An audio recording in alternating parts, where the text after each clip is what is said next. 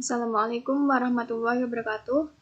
Kami dari kelompok 2 akan mempresentasikan mengenai konsep-konsep dalam pengembangan kurikulum. Sebelumnya, perkenalkan, nama saya Aimatus Solihah, NIM 032, dan teman saya Muhammad Hanan Fakhruddin, NIM 150.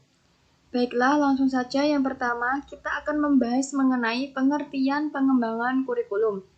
Pengembangan kurikulum merupakan proses perencanaan dan penyusunan kurikulum oleh pengembang kurikulum dan kegiatan yang dilakukan agar kurikulum yang dihasilkan dapat menjadi bahan ajar dan acuan yang digunakan untuk mencapai tujuan pendidikan nasional.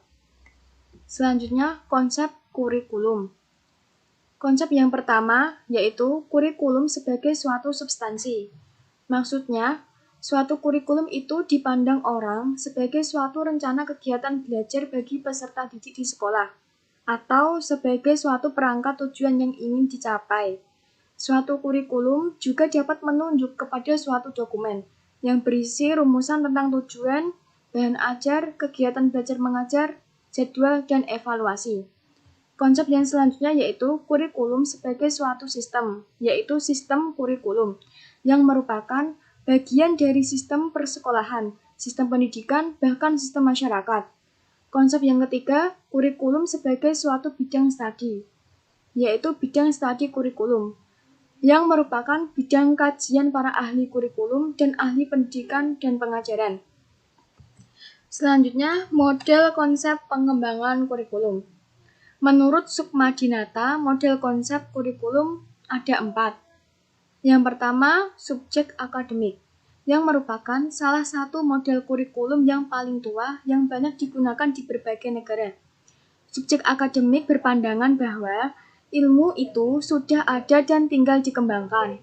Posisi guru serba tahu dan tidak mungkin salah karena mereka sudah dibekali dengan segudang ilmu berdasarkan hasil pendidikan yang telah diikutinya.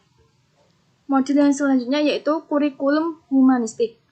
Kurikulum humanistik didasarkan pada aliran pendidikan humanisme atau pribadi. Penganut model kurikulum ini berasumsi bahwa siswa merupakan subjek utama yang mempunyai potensi, kemampuan dan kekuatan yang bisa dikembangkan. Kurikulum humanistik merupakan kurikulum yang lebih mementingkan proses daripada hasil. Model yang selanjutnya akan dijelaskan oleh teman saya.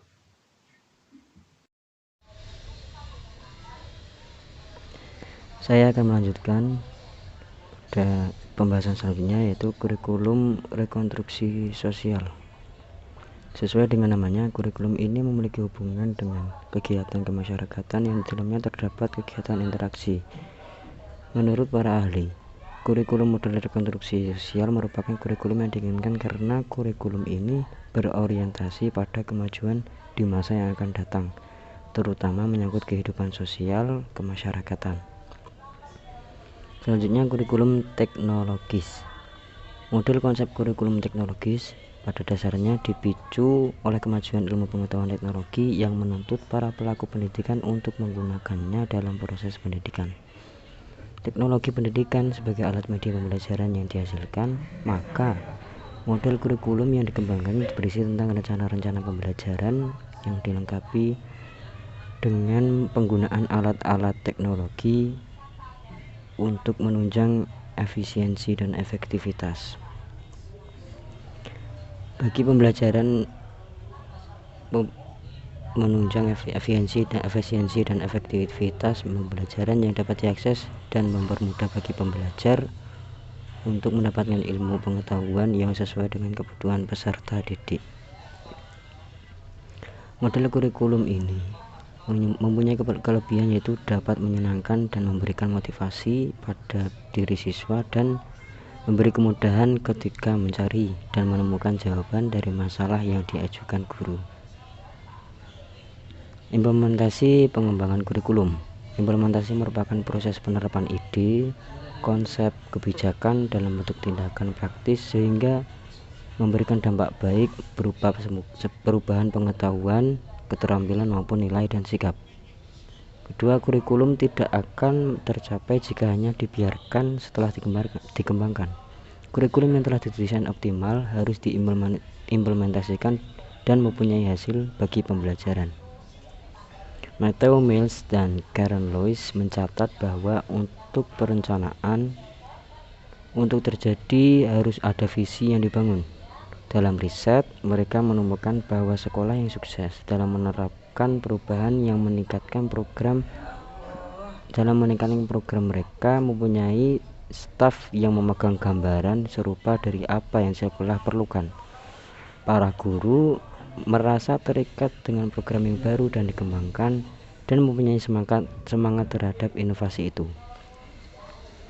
Apapun orientasi seseorang kepada kurikulum, tidak ada penyangkalan bahwa implementasi itu memerlukan perencanaan, dan perencanaan terfokus pada 3 faktor. Yang pertama orang-orang, kedua program, dan yang ketiga proses. Sekian presentasi dari kelompok kami, kurang lebihnya mohon maaf. Assalamualaikum warahmatullahi wabarakatuh.